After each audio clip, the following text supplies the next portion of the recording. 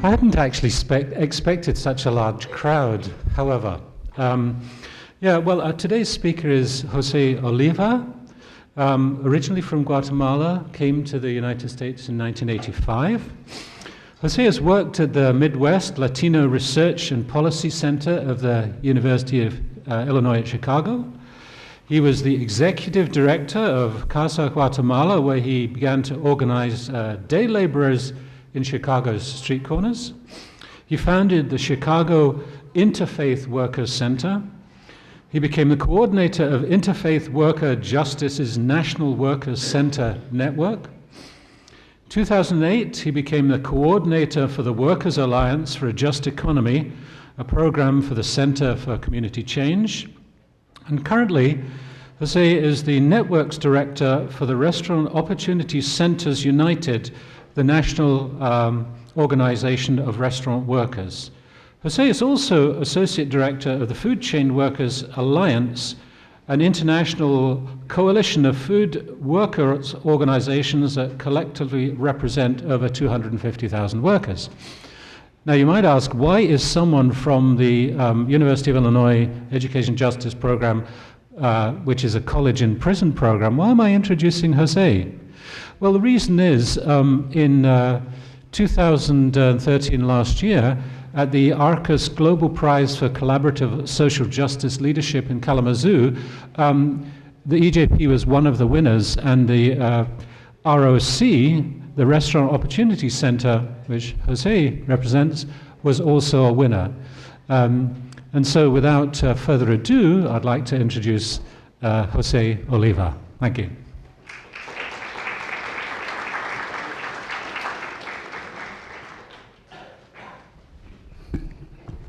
Good afternoon.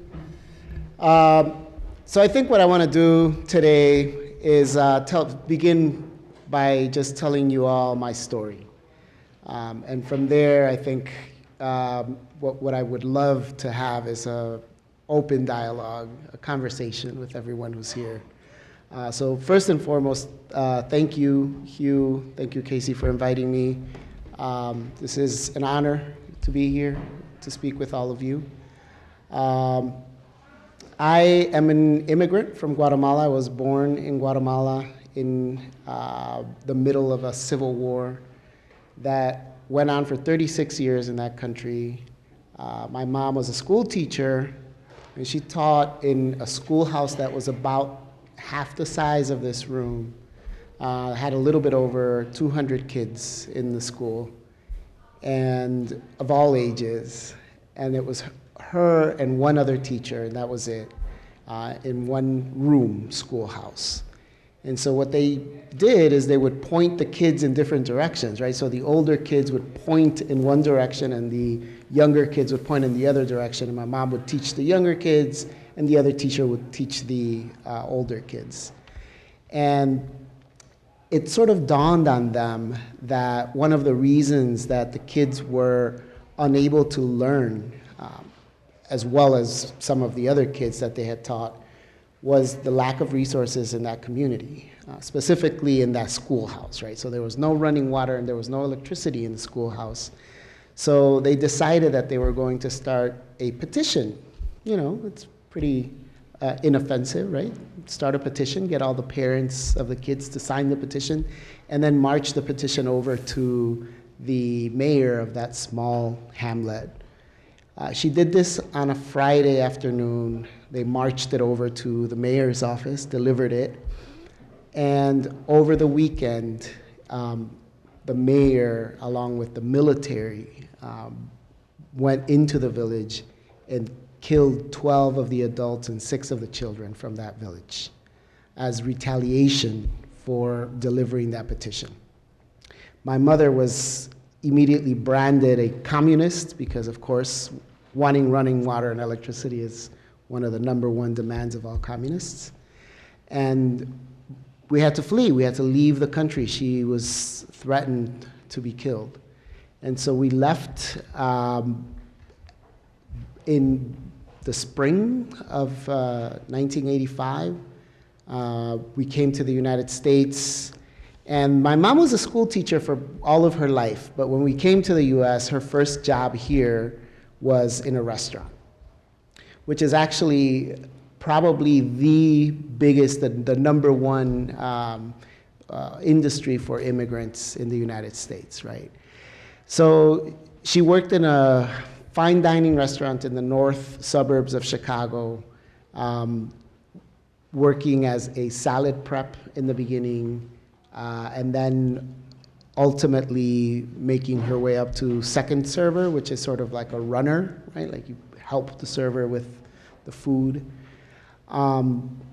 And I remember going to pick her up and feeling proud of her, feeling like she was working not only in a fine dining establishment, but also feeling like she was providing for her family, right? And the place looked immaculate, right? It looked beautiful. The people who worked there alongside with her all seemed like professionals, and they all had, nothing but great things to say about my mother. So I thought, that's a great industry. That's a great place to work. That was my first job when I was in high school. It was a fast food restaurant. And throughout my college years, I worked in restaurants. After graduating from college, I worked in restaurants.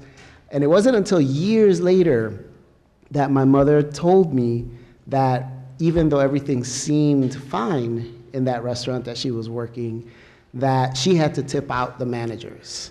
And for those of you who don't know what tipping out means, it means the tips that you make, you have to give a percentage of that out to other workers, which is okay if the other workers are also tipped workers and helping you with your orders, but managers are not supposed to be tipped, right? And so she was tipping them out, which is illegal, and that she was being sexually harassed by not just the managers, but many of her coworkers, and no one ever did anything about it. Now, at that point, I had worked in the restaurant industry for at least 5 years already, and so I knew a lot of that. I knew that that happened in the industry. I also had experience with a whole lot of discrimination, especially race discrimination, right? I spoke, as I do now, pretty good English. I don't think I have a very thick accent, yet my supervisor told me that I really probably wasn't ready to work in the front of the house, that I should just work the back of the house. And it dawned on me that everyone that worked in the back of the house was exactly like me. That is, they were all Latino, they were all people of color, they were all immigrants. And the people in the front of the house were predominantly white. And I couldn't get rid of that thought, right? So my entire career in the restaurant industry, I noticed that. Everywhere I went, I looked who worked in the back of the house, who worked in the front of the house. And it was pretty evident that everywhere, or almost everywhere, I should say, that was the breakdown, right? Either black folks in the back of the house and white people in the front, or Latinos in the back of the house and white people in the front, or a mix of black and Latino in the back of the house and white folks in the front.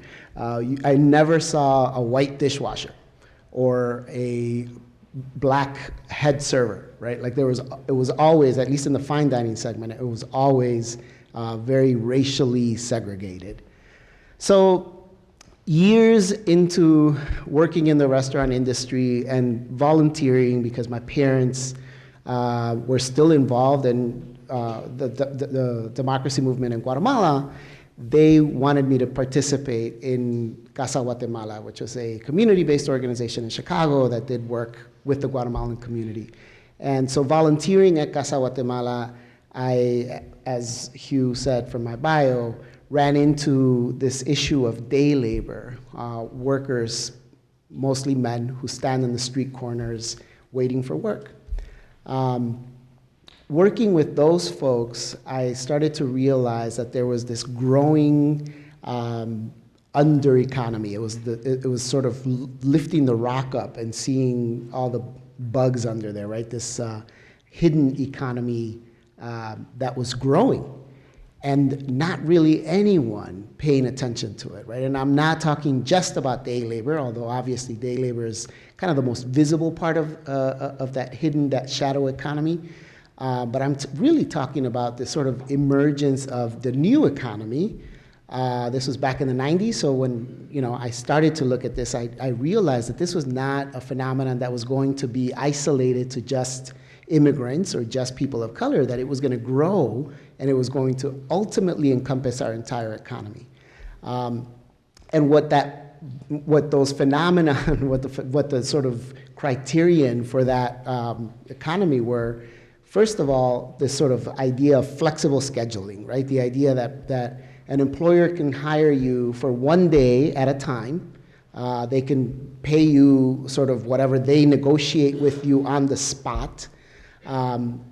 That's prevalent in day labor, but that's also now something that has made its way into the restaurant industry and into other sectors of our economy. The second thing is this sort of divide and conquer mentality, which I was talking about in the restaurant industry, manifesting itself in front of the house, back of the house, racial dynamics, but it's also there in almost every industry in different ways, right? So whether that is in the tech industry that's very male dominated, or whether we're talking about high school teachers or any other industry, it's very similar.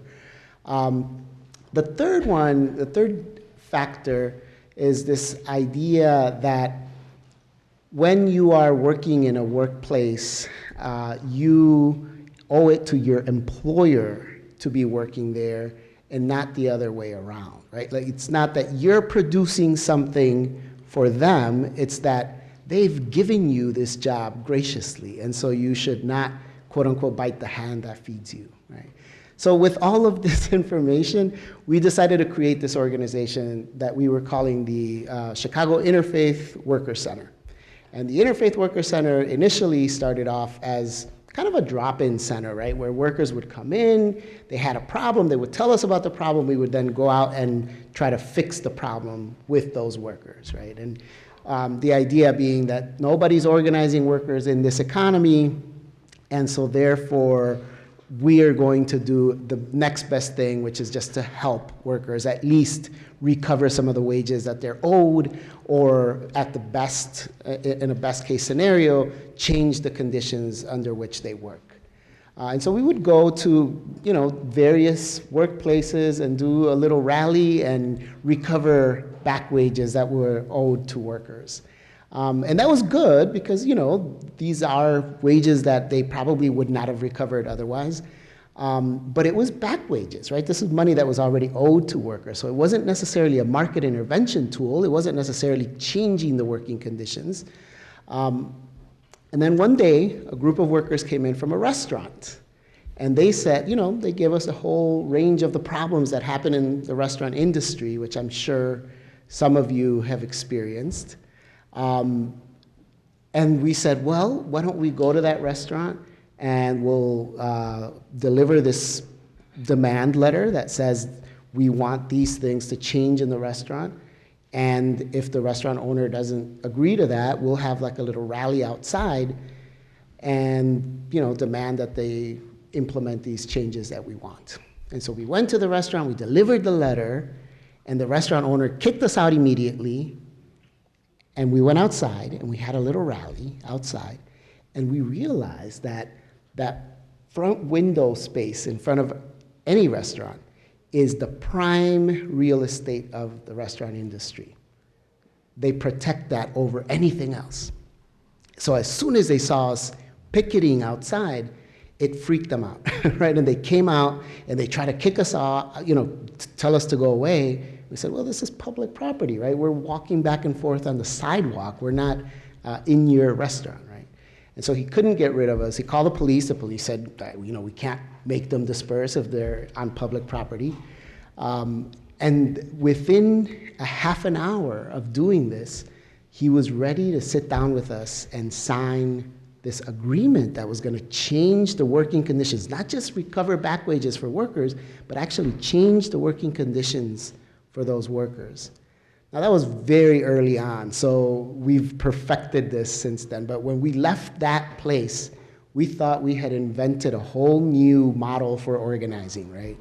Until I realized that actually there were a ton of people all around the country doing exactly the same thing. Now this is a whole movement, right? This worker center movement is a whole new movement. Organizing workers, again, right? Organizing workers in this shadow economy that is now growing. The restaurant industry, for those of you who don't know, is the largest private sector employer in the United States. 13 million people work in the restaurant industry. And I'm not talking about just the mom and pop restaurants, right? Everybody immediately thinks of their neighborhood restaurant. I'm talking about the huge corporate chains, not just McDonald's and Burger King and Yum Brands, but I'm talking about Darden, which owns Red Lobster, Olive Garden, Capitol Grill, Longhorn Steakhouse, right? There's a ton of chain restaurants that employ a huge amount of people. And the restaurant industry is the fastest growing. It was the only sector of the economy that grew between 2008 and 2012. While everything else was declining, the restaurant industry was growing. And one other interesting fact about the restaurant industry, it has the lowest legal wage of any employment in the United States. Can anyone tell me what the federal tipped minimum wage is? Close. $2.13 an hour. Since 1991, it's been 23 years that the minimum wage for tipped workers has been frozen at $2.13. And the reason for that, and the reason for many of these other problems that I'm talking about in the restaurant industry, is due to what we like to call the other evil NRA. This is the National Restaurant Association. And these guys are the 10th most powerful lobby in Washington, D.C. They employ people like Rick Berman, who I don't know if you know who he is, but he's basically a spin doctor in Washington, D.C., has created websites like unionfacts.com that are, basically all these lies about unions and about all these other people. He attacks the environmental movement, he attacks the food movement, he attacks labor, right? Everybody. And in part, what the NRA is doing is actually not representing what restaurant owners want, right? What we've discovered at ROC is that there are tons of restaurant owners who actually want to pay workers a higher wage, who want to do the right thing, but cannot because the market forces are pushing everything down. So if they paid higher wages, they would be at a competitive disadvantage with other restaurants in their neighborhood, in their city, right? So that's the restaurant industry. It's this huge force in the economy. One last thing about the restaurant industry, and then I'm gonna tell you guys a little bit about ROC. Because of its size and because of its strength through its lobby, through the NRA, it is actually having an effect on all of us. So regardless of where you work and regardless of what you do, the NRA and the restaurant industry has an effect on you. Why? Because they lobby not just to keep wages low and things like paid sick days from passing, but they also lobby on food issues, right? So they lobby on what people in New York were calling the fat tax, right? Or soda tax, or a ton of other. They lobbied against the ban on cigarettes inside of restaurants. Like they wanted people to continue smoking inside restaurants. That's what the NRA is, right? The NRA is not just fighting against higher wages and benefits for workers. They're fighting a number of other issues that affect our environment and our health. So with that information, I want to tell you a little bit about ROC, right? So we know all of this is happening.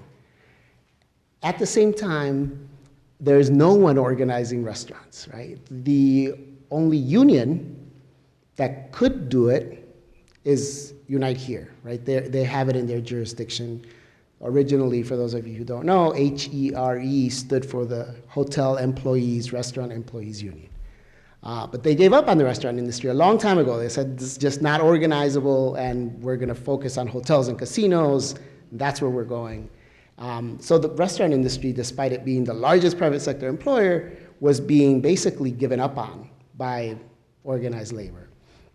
And for good reason, right? The way organized labor is set up is that you organize shops that are big enough that are going to be able to sustain your organizers and your other staff, right? I mean, it doesn't make sense to organize a 50-person shop and get, $200 a week in dues from those folks when you can organize 5,000 people in a casino and with the same resources, right? I mean, you improve the quality of life of 5,000 people versus 50 people.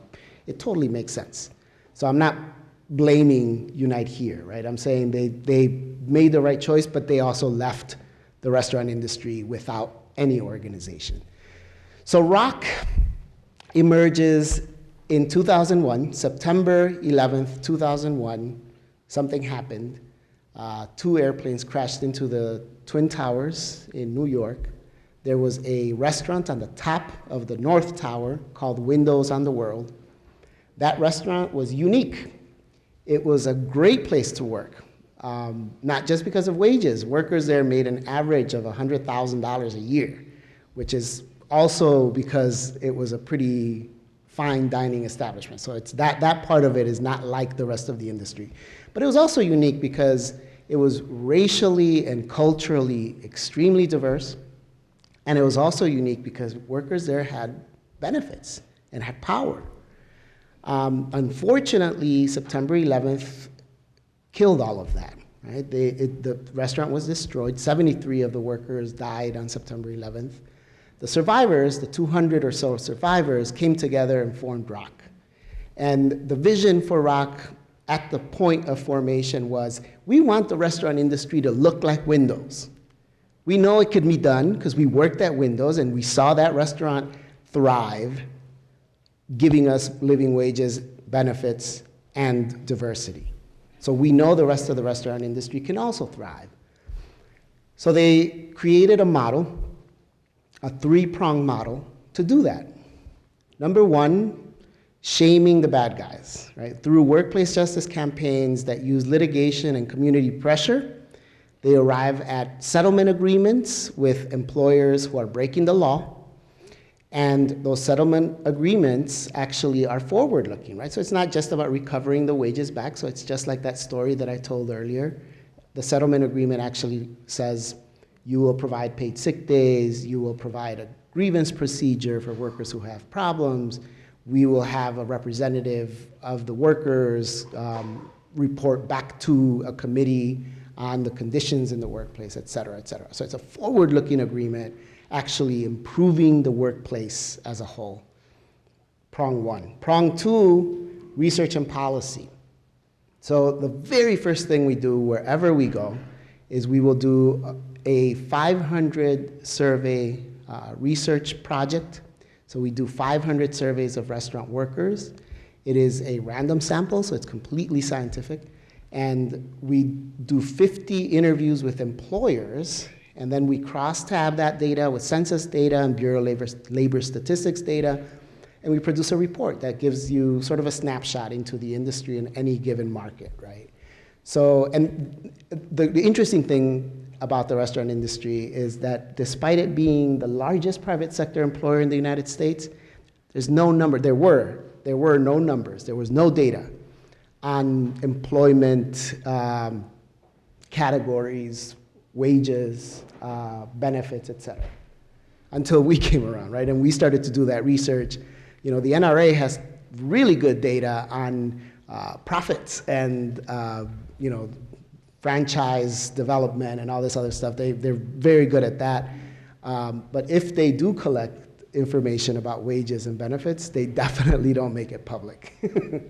So we came to the scene and we started to do the research, and that research allowed us to then launch policy campaigns, right? So for instance, in Chicago, we know that 98% of workers there don't have paid sick days.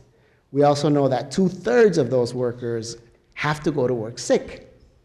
And it's not the worker's fault, right? Think about it. If you're earning $2.13 an hour, or $4.65 in Chicago, because Illinois has a higher minimum wage, $4.65 in Chicago, and you're sick, and you call in, and they tell you, well, you don't have to come in, you can stay home, but you're not gonna make any tips.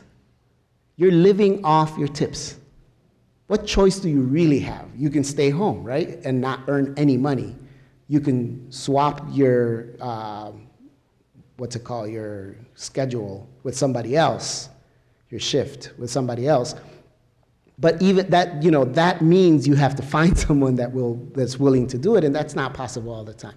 So 2/3 of restaurant workers go to work sick, and it's because we don't have paid sick days. So that gives us the perfect handle to say, look, we have the numbers, we know that this is something that can happen, let's pass paid sick days legislation in Chicago, right?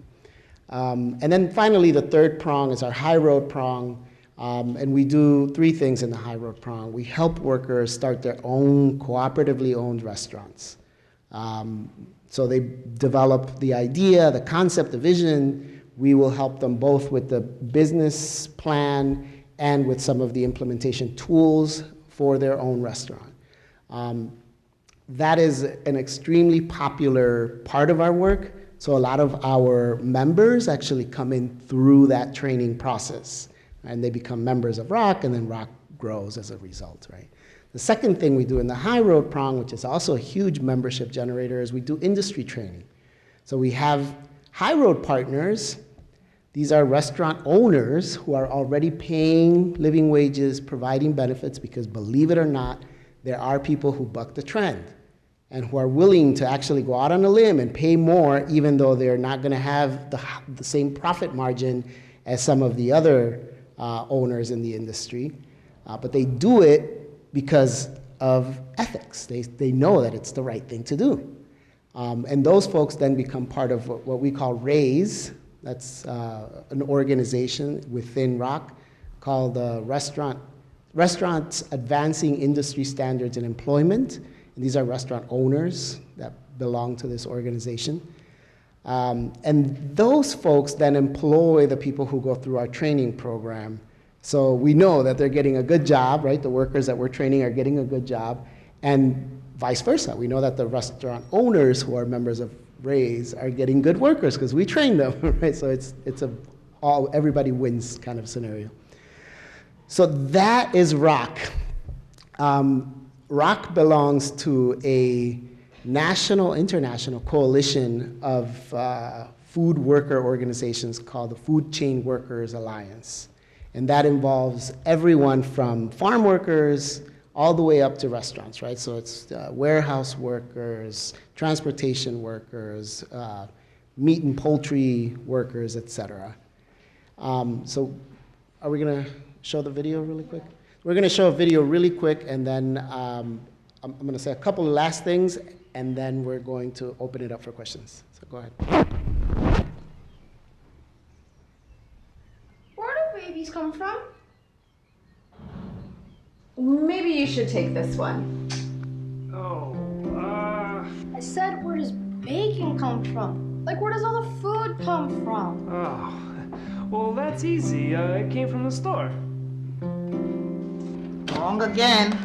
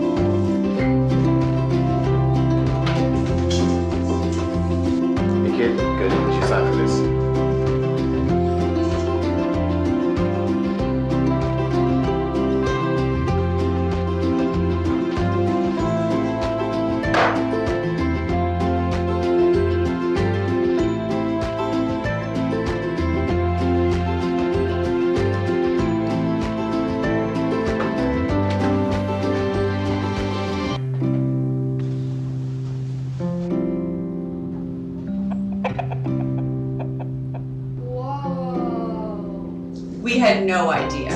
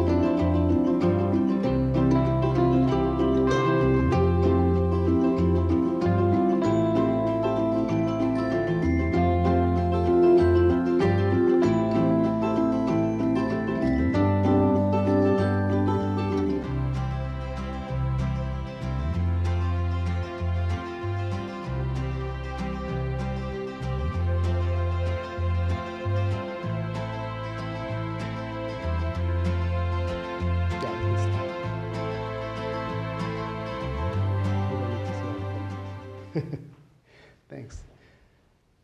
So the Food Chain Workers Alliance, the main goal, obviously, is to bring people together, not just from the different segments of the food chain, workers that work in the different segments of the food chain, but also to insert the issue of food workers into the ongoing discourse around food and food justice, right? So we know that we need sustainable food, we need more local food, we need more organic food.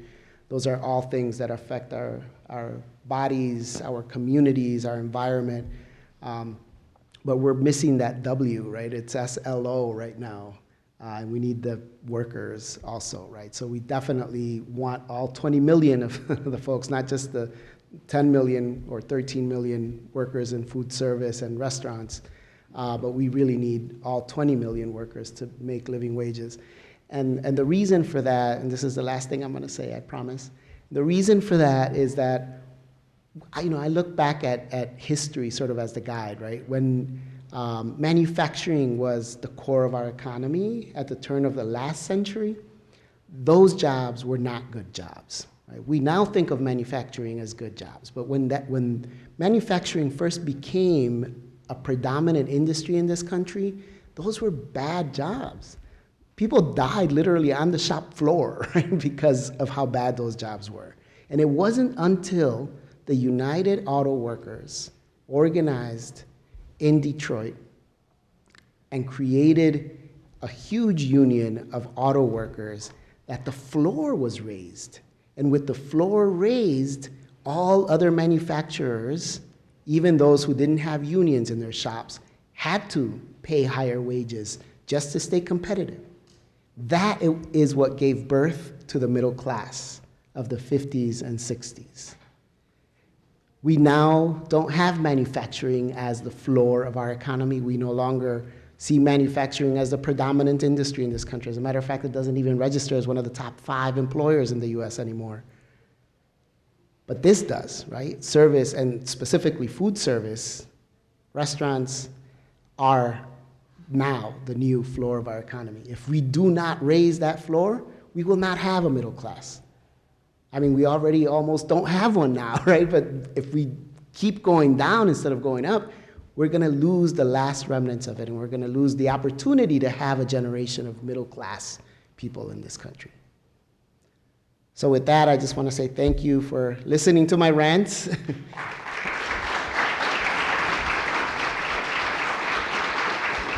And we'll open it up, I guess, for questions. So Casey's back there.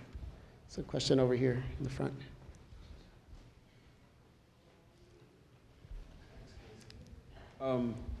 I wanted to know if you could break it down a little bit about the 13 million restaurant workers. How much of that is corporate, non-tipped environments? Mm-hmm. What do you think of the fight for 15? Mm-hmm. And it seems to me that I think I read it on the business page about this is a high-level restaurant. Mario Battaglia getting a huge fine for this tipping out or tipping. I like to think of it as tipping up, because you got people that are poorer are giving their money to the managerial class, which are already getting a wage, a real wage, as opposed to $2.13 an hour or whatever. Right. So the first question, I would just direct you to our reports. We have a few reports out. It varies a little bit from market to market, but if you look at the industry overall, it's a pyramid. You have fine dining at the top. You have a family style or casual dining in the middle, and then you have quick serve on the bottom, which includes fast food, but it also includes Starbucks and Quiznos and a bunch of other places that are not quite fast food. In terms of corporate versus family-owned, that's still being debated. There's no concrete number on it. It really does depend a lot on which segment you're talking about. So the Mario Batalis of the world, we call those folks mini empires because they're not a chain in the classical sense of McDonald's or Red Lobster, right? But they have 12 restaurants in New York City, right? And they are certainly dominant players in the top of that pyramid, right? In the fine dining segment. So it's a really interesting mix the way it breaks down per segment. The segment that is the clearest is the quick serve segment. That's almost 90%. It's about 87% corporate, right? So it's a huge amount of McDonald's and Burger Kings and KFCs and very few, corner Joes, right? The sort of mom and pop places. Yeah. Yes. Just two questions. Mm-hmm. The first one, if you could explain, for some reason I'm just not understanding, where you said that most of them want to pay more, but it would raise the competition. Mm-hmm. That's question number one. And then number two, there's some restaurants where all workers or all servers are paid from the same tip, you bring your tips together. Yeah, tip pool. What is that about? I mean, can you explain that a bit if you Yeah, if you can? sure. No, I'm sorry if I misspoke and said that most restaurant owners want to pay more. I wouldn't go that far. I think there's definitely a lot more restaurant owners that would like to pay more if they could. The could is not so much that they can't. And the argument on the industry side, let me just be clear, is profit margins are razor thin. They are. They're about 4 to 5%. Profit margins in the restaurant industry by far are thinner than in any other industry except for retail. So can anyone tell me what the profit margin for Walmart is? Or just take a guess. Take a wild guess. Huh? Yeah. It's less than the restaurant industry. It's between 1 and 3%. But they're the largest corporation in the world. They're making $1 gazillion a year. And why do they make $1 gazillion a year? Because it's based on volume, right? So the restaurant industry, yeah, it's a 5% profit margin. But if you're turning tables every hour, even if your 5% profit margin is razor thin, you're still making a whole lot of money. And so, yes, there are restaurant owners who want to pay more and can afford to pay more, but they will not because they will then lose the competitive advantage because there are other restaurants in the neighborhood who are not going to be paying what they are paying. Does that make sense? What was the second question? Sorry, there was. At some restaurants, the servers, they put their tips together at the end, and then they split it up. Yeah. As opposed to each server getting whatever tip they get from each customer. How many people in this room have worked in the restaurant industry or are currently working in the restaurant industry? Yeah. So can one of you explain tip pooling succinctly? I've worked at a restaurant here. Run, Casey, run. I also worked at a restaurant. It's where the employees, right, they share the tips that they make. And usually it's equal. And so the way that it's supposed to work, legally speaking, and this doesn't always work this way, so let me just put that out as a disclaimer right up front.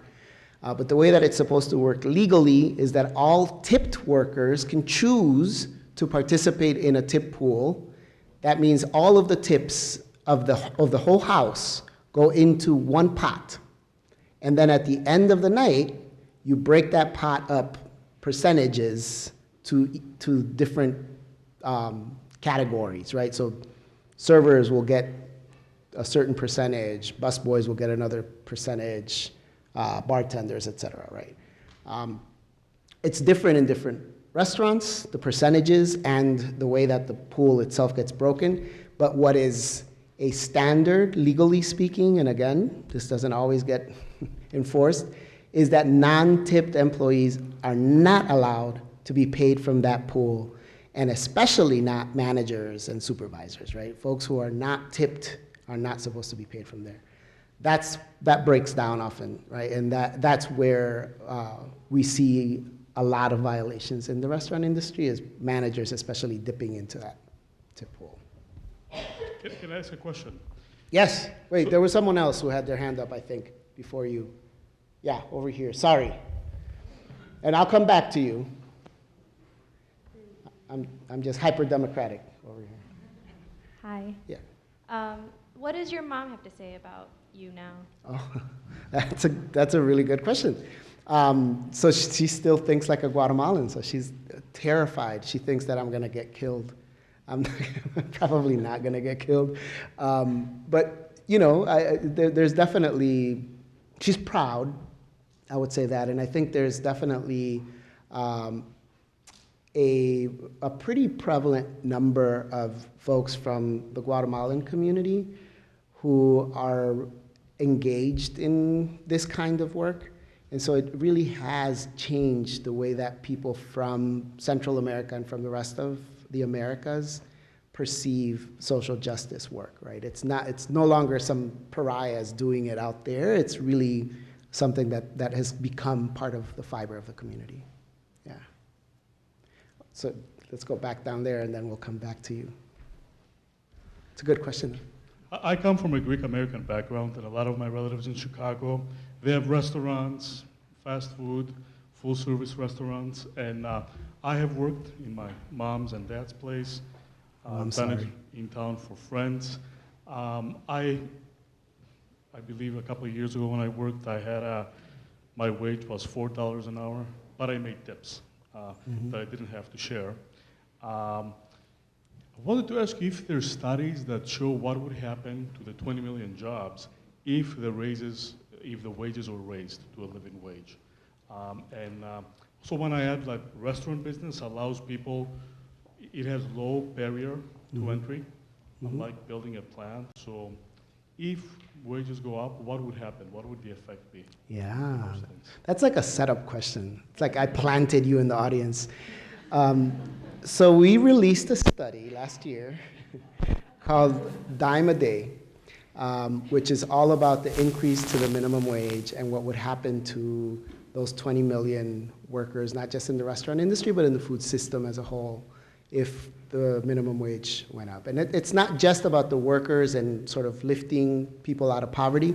It also talks a lot about, you know, the argument on the other side, which is, oh my God, you're gonna be paying $20 for a hamburger if you raise the minimum wage, because obviously the employers will pass that cost down to the consumer. Turns out, the title kind of gives it away, but it turns out that it's actually more like a dime a day, that your food would increase if the employer passed along the entire cost to the consumer.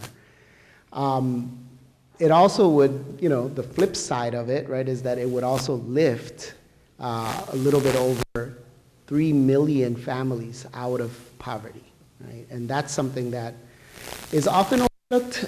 And I think, you know, another thing that's overlooked that I really like to stress about the minimum wage is that the minimum wage is not just about the people who earn minimum wage. It is about the floor of the economy. It's about creating something that is supposedly something you cannot go below, right? By having sub-minimum wages, like the tip minimum wage, you actually create specific categories of people whom you can pay less to. And that's a problem, right? Because then it creates subfloors. It's like there's a basement in the economy. And so, you know, to us, the way you fix that ultimately is by eliminating the tip minimum wage altogether. There are 7 states in the United States that have completely eliminated the tip minimum wage. And 2 things have happened. One, the restaurant industry hasn't gone bankrupt, and tips haven't gone down, right? Which are the 2 things that people, or industry folks threaten is going to happen, right? The restaurant industry is going to go bankrupt, and people know that you're paying, California is one of those states, right? The minimum wage in California is $9 an hour. So servers are making $9 an hour plus tips. And they make the $9 an hour, and they still make the tips that they make in Chicago or in Champaign. So it's an interesting, it has one of the fastest growing restaurant industries in the country, California. And there's 6 other states in the US that also have eliminated the tip minimum wage. So to me, that's the ultimate answer to it is the floor has to be one floor for all workers. It should not be separate floors. You have your section over here for tip workers and your other section over here for farm workers and domestic workers and yeah.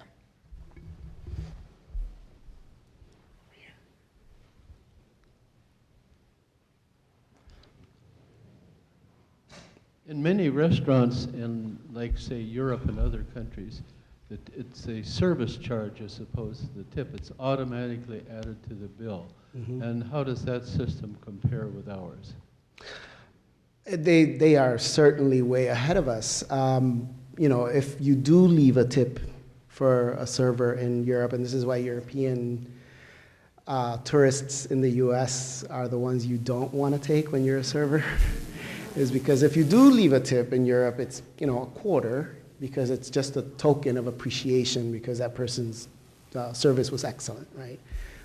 It isn't their wage the way it is here, right? So what has happened in the US, in my estimation, is that the industry has figured out a way. It's the only industry that's figured this out, even though others are trying, right? They figured out a way of actually passing the cost of labor along to the consumer. So you're literally paying the wages of the workers in the restaurant industry rather than the employer. That's the only case I know of where that's how it works, right? So the way that it works in Europe, or not all of Europe, but Western Europe, I should say, is that there's a salary range for people who work in different segments or different sectors.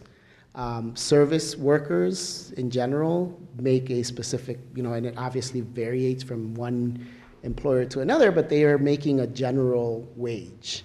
And so tips are not necessary. They're just not, that's not part of the culture, right?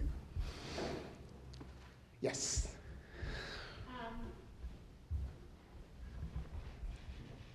I happened to run across this book on the underground economy, Work for Cash, and I wondered if you have seen this at all in the restaurant industry, like work 20 hours reported, 10 hours for cash, or anything like that. Oh yeah, happens all the time, or you don't get put on the books at all, right? It's all under the table. You just get cash. That happens a lot in the immigrant communities. People who work in the back of the house are not technically employees of the restaurant. They're just getting paid cash under the table. And it's oftentimes much less than the minimum wage, right? So it's, I'll give you $200 for a week's worth of work, and that week's worth of work is 60 hours, right? So, and that's fairly common, yeah. I think over here first, and then we'll come back over this way. All right, I just wanted to ask, since you were saying that in California, they've already raised the minimum wage to $9 an hour, plus you still have a culture where tips are still expected. Mm-hmm. So how far away would, like, other states that aren't doing this, like Illinois, how far away could we be from raising our tipping minimum wage? That's another planted question. So we are actually currently working on raising the minimum wage in Illinois. There's a bill, there's a sponsor who's actually a fantastic senator, Lightford. The problem is we have, how do I say this politically? Both the Speaker of the House, Madigan, and the Speaker of the Senate, Cullerton, have not been strong on the issue. And so they haven't brought it forth. We know, because we've gotten commitments from the majority, both in the House and the Senate, that if it were put on the floor, it would pass like that. And we also know, because we've gotten confirmation from the governor himself, that he would sign it into law. So the obstruction lies in getting it to the floor. So part of it, and my own self-interest for coming here, I will confess, is that I was going to be talking to a room full of folks who don't live in Chicago and who have access to legislators in this area. And I think it would be tremendously helpful if you all called your legislator or legislators and asked them to, if they haven't signed on to the bill, to sign on to the bill, and if they've already signed on to the bill, to pressure Madigan and Cullerton to bring it to the floor so it can get voted on. So with that, I'm going to pass a little handy sign-in sheet. And for those of you who are interested, please put your name, email, phone number on here, and I will contact you personally and get you involved in this campaign. So thank you for asking that question. Perfect setup. Somebody else? Yes. If we want to patronize restaurants that are doing the right thing, and conversely not go to restaurants that aren't, how do we know who are the good guys? That's another setup question. Wow, you guys are awesome. So there's a handy little diner's guide that we published last year. I am sorry I didn't bring any copies of it with me, but you can go to our website and download it. So it's just rockunited.org. And the diner's guide, what it does is it grades restaurants on a scale of 1 to 5, depending on whether they provide paid sick days, whether they pay living wages, et cetera, et cetera. We don't discourage you from dining at your favorite restaurant, even if your favorite restaurant gets a 0 from our diner's guide. Because we actually think that it is consumer pressure that could drive, or at least provide more pressure, apart from the 3 prongs that I talked about earlier, to actually create better working conditions, better wages in the restaurant industry. So, as an example, your favorite restaurant doesn't pay people living wages. You can go into the restaurant, have dinner, and after dinner, ask for the manager or the owner and say, I love your restaurant. I've been coming here for 5 years. I love the service. I love the decor. I love your concept. I really would like to see you pay living wages to workers. It's a soft push, right? And that by itself is not going to get him to say, or her to say, oh, yeah, Jose said I should pay living wages. I'm going to go raise everybody's. But what it does is it creates yet another point of pressure for them, right? Where they feel like, oh, my consumers are also with me on this concept of providing for my workers, right? And there's a report that we published called Taking the High Road, which is all about how high road employers who do pay living wages, actually do better in the long run than employers that do not, right? So there's this dog-eat-dog model, which means you pay workers the littlest amount and you burn through for about a couple of years. This is why the restaurant shelf life is 2 years, because you're literally burning everything and maximizing your profits. And then you shut it down and you open another restaurant somewhere down the street. And that's the cycle, right? These guys are constantly doing this. The other model is the high road model, right? Where you literally invest in your workforce, and the workforce in return, surprise, surprise, right, invests in you, right? They feel ownership, they feel like you care about them. And so that creates a sense of, I am going to be good to customers. Customers then feel like, oh, I'm going to come back to this place because the service was great. It's a vicious cycle, a good vicious cycle, an upward spiral. That's at least what our study has found. Yes? Can you talk about the fast food workers and the minimum living wage discussion and how you were involved in it? Yeah, Fight for 15. So there's been, for those of you who don't know, a series of strikes in the country. All of them have been led by workers in the fast food restaurants, and they all have as a basic demand minimum wage of $15 an hour. A huge part of the demand centers around what is this new economy, right? What exactly are we investing in? How is it possible that a restaurant chain like McDonald's can post fourth quarter profits of over $45 billion, yet pay workers, $7.25 an hour in states where there is no minimum wage, right? So that's basically the campaign. We are not directly involved in that campaign. We work with a lot of the workers who are part of that, and many of those workers are members of ROC or ROCs around the country, but we're not organizing it, we're not behind it. The NRA has accused us, of course, of being behind it, but we're not. We think that it's hopeful to see that things like this are happening organically, even though there are unions that are supporting that. But this is a pretty organic movement. We see that as a hopeful sign. We see it as something that's obviously people are thinking about how the economy can be not just serving the 1%, but everyone else, right? All right, I think that's it. Thank you everyone again for coming.